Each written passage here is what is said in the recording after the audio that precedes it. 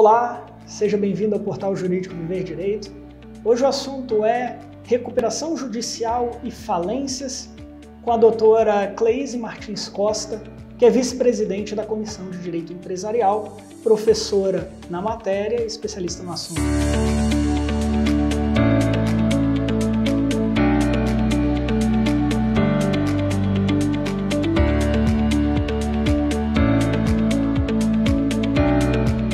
Doutora, seja muito bem-vinda. Muito obrigada a todos, muito obrigada pelo convite, Gilbert. É uma honra estar aqui, excelente poder a gente bater esse papo. O prazer é todo nosso. Vamos percorrer um pouco esse caminho, começando pela recuperação, para depois falar um pouquinho sobre a falência. Muitas vezes o empresário, até mesmo o advogado, ficam em dúvida qual é o momento certo de pedir uma recuperação judicial. Esse talvez seja o principal problema que a gente tenha, né? Diversas vezes chegam as situações onde o empresário ele fica na esperança de melhorar, e que aquela crise econômico-financeira que se acostou ali perto dele vai embora e perde-se o timing, né? Aquele momento adequado para se fazer o pedido de recuperação judicial, para procurar um especialista, né?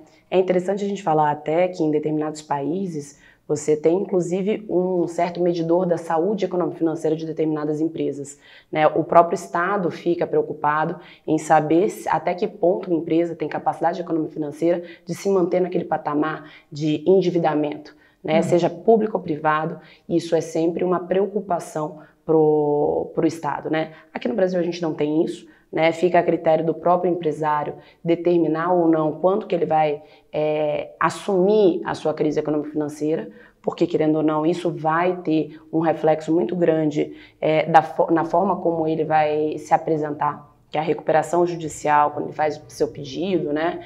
Isso tem todo um reflexo nas notas, né, que esse empresário possui no mercado. No entanto, muitas vezes isso é passível de ser equalizado e você tem um grande benefício ao assumir o pedido de recuperação judicial, né, e pensar previamente como que isso vai se determinar dentro do processo, como que você vai fazer essa possibilidade de plano, né? Quando você deixa para fazer um pedido de recuperação judicial de uma forma muito tardia, isso faz com que os advogados tenham que trabalhar de uma forma muito mais agressiva junto aos credores. E isso muitas vezes não é bem visto, ou algumas situações a gente passa a ter um certo risco, né? Onde poderia evitar, de certa forma, se isso fosse feito da melhor forma possível, né? De uma forma um pouco mais antecedente. E o empresário estando em crise, o ideal é que ele já procure um advogado especialista e comece a se preparar para eventual pedido de recuperação. Quais devem ser os passos antes de uma recuperação? Todas as vezes que alguém me pergunta, nossa, mas eu estou aqui, a gente fez a consulta acerca das cenas que você me propõe dentro da minha situação de crise, né? É vestir um pouco a camisa de que estou em crise, né? No entanto, que essa crise tem solução. Veja, é extremamente importante saber que toda crise tem solução. Ela só não vai ter solução se a gente não tomar as medidas adequadas, né? Então, diante de uma situação de crise, você tem diversos mecanismos. A recuperação judicial é um deles, né? Então, é possível que a gente tenha uma crise aí passível de ser resolvida com uma RJ, conforme a gente determina, né? E aí, a gente precisa saber quais são as medidas antecedentes ao pedido de recuperação judicial, né? Essas medidas muitas vezes passam por a gente avaliar o patrimônio da empresa, o que ela possui de ativos, livres e desembaraçados, porque muitas vezes eles estão embaraçados, o que é possível a gente renegociar com esses ativos que estão desembaraçados, né? Qual é o principal, fazer um mapeamento dos credores, né? Em que medida esses credores estariam acessíveis ou não a uma tentativa de renegociação, sendo ela privada ou sendo ela propriamente dentro de uma RJ, né, dentro de uma recuperação judicial. Então, tudo isso passa por um panorama da gente verificar qual o estado da arte, né, da crise, em que momento que a gente pode intervir e como que a gente pode lidar com todo esse passivo, né? Então, a ideia seria a gente avaliar o passivo da empresa, o ativo que ela possui, né, e também avaliar os sócios, a situação econômico-financeira dos sócios, É uma coisa muito mal vista quando você faz um pedido de recuperação judicial, que os sócios eles se mantenham, não é ilegal, tá? Isso é uma coisa muito séria. Não é ilegal ele manter uma expectativa, um padrão de vida elevado. No entanto, não é de bom tom se dar uma clareza solar sobre o quão aquele sócio está bem de vida, né? Isso é um pouco incompatível com a situação de um sócio, de uma sociedade estar pedindo para reestruturar o seu passivo. Se de um lado você tem uma empresa em crise, do outro você tem credores que querem receber o seu crédito. Quais são as vantagens ou desvantagens de se negociar, de se abrir mão de determinado valor num processo de recuperação? Ou seja, o que o credor deve levar em conta nesse processo? Depende um pouco da classe desse credor, né? Tradicionalmente, a recuperação judicial ela é dividida, tradicionalmente que eu falo que a gente tem muita liberdade no processo de recuperação judicial, mas conforme que a lei determina, você tem 4 classes a princípio. Dentro dessas 4 classes, né, a gente precisa saber qual é a característica de cada credor. Né? A gente sabe que os credores com garantia real são as instituições financeiras. E a gente sabe que a instituição financeira tem um background, tem uma possibilidade de ter um pouco mais de capacidade econômico-financeira de renegociar suas dívidas. Sobretudo porque até o momento da recuperação judicial, você já teve muitos juros sendo cobrados até aquele momento, né? De você estancar os juros e renegociar o principal. Então, a gente sabe que existe essa possibilidade de renegociar com a instituição financeira, seja ela de grande porte, seja ela de pequeno porte. Obviamente que isso precisa ser estudado. Até que ponto aquele jurídico está ou tem a capacidade econômico-financeira, né, e a capacidade negocial também de sentar numa mesa e renegociar.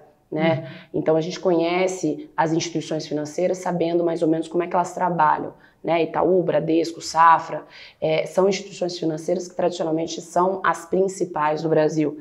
Mas a gente não pode esquecer que eventualmente a gente trabalhou com uma financeira, né, que é médio ou pequeno porte. Então você precisa saber quem são os seus credores.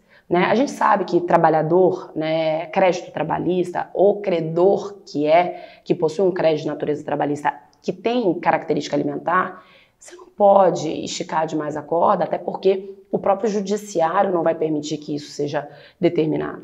A gente não pode impor condições no plano de recuperação judicial que venham a ser questionados no judiciário especializado, né? Porque a gente sabe que isso pode até ter um posicionamento jurisprudencial pacificado para falar, olha, a gente sabe que isso não pode acontecer ou sabe que isso pode acontecer, mas o litígio até você chegar àquele patamar, às vezes é mais trabalhoso do que propriamente a garantia do direito do devedor ou não, de impor uma forma de você renegociar as dívidas trabalhistas. Então, quanto mais você sabe quem é o seu credor, quanto mais você conhece como o judiciário se porta, a gente sabe até onde a gente pode ir. Então, se eu puder falar sobre até que ponto a gente pode negociar com o credor ou não, é conhecendo o seu credor.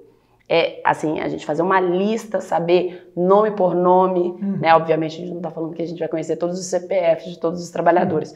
No entanto, é importante que a gente saiba quem são esses credores, em que medida, qual é a proporção do crédito de cada um deles, né? Se a gente tiver um credor trabalhista que é muito forte, a gente precisa sentar com ele de uma forma prévia ao pedido. Gente, isso eu não estou falando para fazer isso na Assembleia. Isso tudo é renegociado antes. A mesa de negociação de uma recuperação judicial se dá antes da distribuição da petição inicial. E quando a gente fala em recuperação judicial, a gente fala em um jogo bastante complexo. Cada caso é único, necessariamente. Você tem o plano de recuperação judicial como um elemento importantíssimo, tem a Assembleia de Credores, que é onde tudo será decidido, e, portanto, uma estratégia bem definida é fundamental para o sucesso dessa recuperação. Queria que você falasse um pouquinho sobre esse panorama, sobretudo da Assembleia e do plano de recuperação. O plano de recuperação talvez é o principal instrumento. Né? Então, muitas vezes a gente fala, porque eu vi um plano de recuperação assim, esse é o modelo. Não, não tem modelo para plano de recuperação judicial. Não existe isso. Sentar com muitas vezes um conselheiro que não é do direito, às vezes ele é de uma área financeira, né? Essa pessoa ela vai ter expertise isso não o administrador judicial, porque tem administrador judicial também que, né, acha que pode ajudar a gente nesse sentido. Não é papel dele. É uma pessoa que eventualmente a gente pode, que o próprio empresário vai se aconselhar, né, que vai ajudar o escritório de advocacia muitas vezes a traçar a melhor estratégia econômico-financeira. Dou exemplo. O processo público a gente pode falar, né, o caso da Avianca. O caso da Avianca, você começou com um plano de recuperação judicial que previa a alienação de uma unidade de produção isolada, né?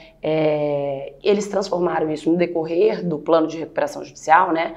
Ali antes da Assembleia Geral de Credores ocorrer, porque eles previam que haveria ali uma dificuldade de aprovar o plano da forma como estava, então se transformou em 7 UPIs, unidades produtivas isoladas, para você maximizar os recursos produtivos daquela empresa. Então você, em vez de fazer 1, 2 leilões, então por que a gente não opta por fazer 7? Então tá bom, então isso vai ser bem quisto pelos credores? Sim, inclusive foi um dos credores, talvez o maior credor, né, que efetivamente falou, não, assim eu acho melhor.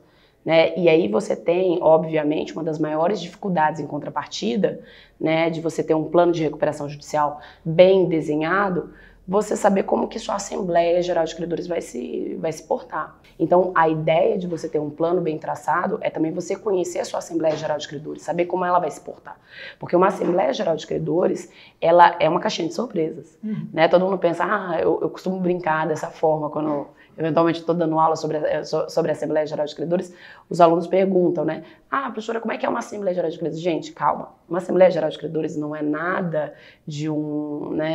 nada chique, nada. É uma reuniãozona onde você reúne os credores para tentar explicar para ele como que aquele pedido de deságio de 60% daquele credor vai impactar no crédito do outro.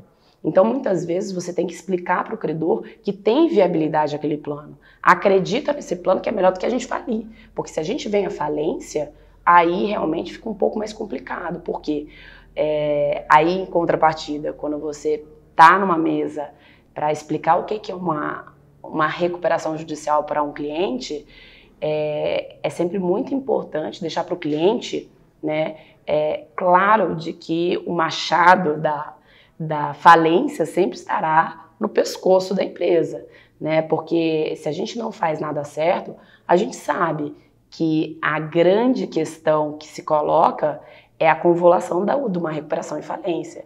E esse talvez seja o maior medo de todo e qualquer empresário, né? Porque se fala em falência, a gente já imagina aquele caos que é, né? A gente se lembra do caso da Incol, a gente se lembra do caso da Mesbla, a gente tem icônicos da Varig, né? Que começou como uma recuperação judicial, que talvez tenha sido o leading case mais icônico, porque foi o primeiro, querendo ou não, da 11101 de 2005, né? Mas posteriormente a isso a gente tem diversas outras recuperações judiciais onde a lei foi sendo aprimorada, seja pelo Poder Judiciário, né, seja efetivamente pelos credores poderem acreditar que a recuperação judicial é melhor sim do que uma falência. Com certeza. E a legislação que rege a matéria, 11.101 de 2005, passou por uma reforma importante em 2020 e tem alterações relevantes tanto na recuperação quanto na falência. Quais pontos você destacaria como mais relevantes? É difícil falar sobre pontos relevantes, foram muitas alterações. Se vocês derem uma olhada na 11.101, a Lei 11.101 ela teve muitos dispositivos alterados, né? Seja nas disposições gerais, seja nas disposições específicas da recuperação judicial, mas sem dúvida nenhuma o calcanhar de Aquiles que se tentou alcançar com a reforma da 11.101 foi a falência. Né, se a gente puder destacar um instituto jurídico que efetivamente foi reformulado para tentar dar celeridade, para tentar dar esperança, né, para quem eventualmente tem um processo de falência imputado, né, à pessoa jurídica, é a falência. Né? A gente sabe que a 11.101 é perfeita, né? Eu não advogo para a 11.101, a gente sabe que precisa de melhorias, a recuperação judicial tem inúmeros problemas, né? Mas muitos dos problemas, sem críticas ao nosso Poder Judiciário, que muitas vezes nos auxilia para entender da forma mais adequada determinados dispositivos, mas não é nem o judiciário especializado o problema. Muitas vezes determinadas decisões que são dadas de formas esparsas atrapalham a aplicação da legislação, né? Então a gente tem alguns casos onde decisões atrapalharam o processo de recuperação judicial que culminaram num processo de falência, né? Então hoje, se a gente puder determinar o que muda com a falência, com a reforma de 2020, eu destacaria muito a forma de alienação do ativo de uma massa falida, né? O que acontecia antes, o que acontece hoje em dia, né? A gente brinca que foi uma mudança radical, né? Um exemplo, assim, talvez muito emblemático, né? Existe o caso do Banco Santos, né, que houve uma intervenção lá no passado por parte do Banco Central, por ser uma instituição financeira, então não está submetida à recuperação judicial. Tentou-se mediar a crise, não deu certo, houve a decretação da falência, ok. Decretou-se a falência, é um processo super midiático, né? Então a gente tem a icônica casa do sócio-diretor do Banco Santos, que é uma casa realmente foi de um valor e de bens agregados a ela de valor, assim, realmente muito vultuosos, né? E você tem uma falência que teve efeitos fora do território brasileiro, né, com necessidade de cooperação jurídica internacional, então é um processo bastante complexo. Essa casa, ela foi arrecadada para a massa falida, salvo engano, antes de 2010, né? E a gente só conseguiu vender essa casa dentro da massa falida agora há pouco tempo, há 2 anos atrás, né? Aí teve um leilão por um preço absolutamente diverso do preço de avaliação presente no laudo de avaliação da massa falida. Isso faz com que a gente tenha algumas preocupações, e essa foi a preocupação do legislador quando reformou a 1101 no tocante à alienação dos ativos. Todas as vezes que se tentava leiloar a casa, vinham impugnações aos leilões dizendo que o preço era vil, né? E aí o que é preço vil? Né? A manutenção da casa se estimava em quase R$100 mil ao mês de custo para a massa falida. Então você tem um bem de valor, né, muito grande, e que caso o administrador judicial não cuide, o bem vai perdendo o valor agregado que ele tinha. Então, o preço de avaliação foi brutalmente diminuído quando se conseguiu vender essa casa. Então, assim, hoje o que se atacou permite com que a gente não tenha a alegação de preço vil, né? Mais do que isso, tem um dispositivo na legislação que você tem a determinação de que, caso não haja interesse ou o bem não tenha possibilidade de ser alienado, o juízo pode doar, obviamente com a autorização do comitê de credores, etc., né? Mas o bem pode ser doado. Veja, não tem porquê o juízo da falência ficar se preocupando com um tipo de bem que não tem interesse, que é dispendioso para a massa falida e que eu poderia estar usando esse recurso financeiro para pagar credor. Então, a lógica geral que eu destaco com a alteração da 1101 no quesito, né, alienação do ativo, permite com que o juízo da falência tenha essa liberdade de alienar os ativos com uma maior facilidade. E isso traz benefício para os credores. Por quê? Quando a gente não gasta dinheiro mantendo bens em face da massa falida, né, no poder da massa falida, a gente está pagando o credor. Isso faz com que o processo também se encurte, né? Então o lapso temporal do processo era muito longo, então você passa a possibilitar para o juízo encerrar um processo de falência tão logo que ele consiga, né? Você tem aquilo que a gente chamava de fresh start, você permite que o empresário ele volte a exercer atividade financeira, a exercer atividade econômica. Então a ideia é que você permita que, de modo geral, a falência tenha um encurtamento do processo, né? Não a qualquer custo, mas com segurança jurídica, obviamente, tem que se levar em consideração sempre isso. No entanto, com o interesse geral da massa falida, com o interesse geral de beneficiar os credores, né? Eu acho que essa talvez Na minha opinião, obviamente, né? Mas eu acho que isso talvez tenha sido uma pedra angular dentro do processo, dentro da reforma da 1101. É uma reforma muito ampla, né? Que tem diversos pontos, como você bem pontuou. E eu queria extrair um pouquinho mais sobre a falência, agora do ponto de vista bem prático. Porque quando a gente lida com um empresário em crise, seja no momento da recuperação, seja no da falência, a gente vê uma série de condutas ou atos ao longo da história daquela sociedade que muitas vezes acabam levando até ao reconhecimento de um crime falimentar. Então eu gostaria que você falasse um pouquinho quais as dicas de uma advogada que atua nessa área para aqueles empresários que não estão no momento falimentar. A dica é pensar que se você está em crise, não se desespere, né? Cuide bem da sua contabilidade, né, pessoal? Existe um dado informal, tá, gente? Eu deixo bem claro isso. Mas é porque a época foi repassado pelo Conselho Regional de Contabilidade da Bahia, só que não foi publicado nem nada. Que a gente tem perto de mais de 90% das sociedades empresárias registradas no Brasil, elas não possuem contabilidade. Isso significa que você contrata o contador para fazer um pouco do fluxo de caixa e prestar contas, eventualmente, daquilo que é possível prestar, né? Então a gente tem que lidar com uma situação fática de que a contabilidade, muitas vezes, ela é desorganizada, né? Isso é para ser uma preocupação? Sim, é para ser uma preocupação porque existe uma tipificação na Lei 1101 que determina que se você mascara a sua contabilidade, você pode incorrer nesse tipo penal, né, descrito pela legislação. Então, assim, cuide bem da sua contabilidade, né? Isso significa que ela 100% é impecável? Não. Significa que você tem que fazer as coisas da forma correta, né? Pelo menos, né, da melhor forma possível.